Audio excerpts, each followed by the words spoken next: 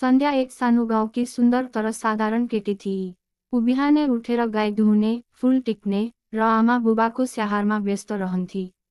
उसलाई किताब पढ्न मन पर्थ्यो, विशेष गरी कविताहरू।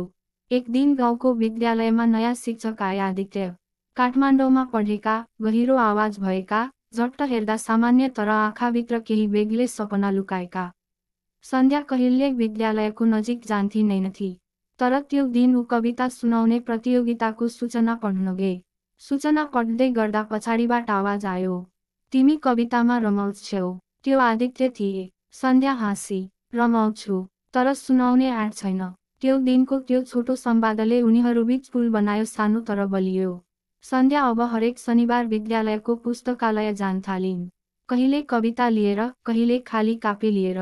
आदित्यले पढ्न लगाउँथे, तिमी जुन जस्तै चम्कन्छौ, सन्ध्या।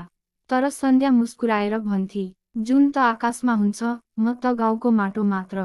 एक दिन आदित्यले भनिहाले, सन्ध्या, तिमीलाई प्रेम गर्छु। सायद तिमी नभए जिन्दगीमा कविता हुँदैन। सन्ध्या चुप रहिन्, किनभने उसको बुबाले पहिले नै सन्ध्याको विवाह अर्को गाउँको केटासँग तय गरिसकेका थिए परम्परा अनुसार।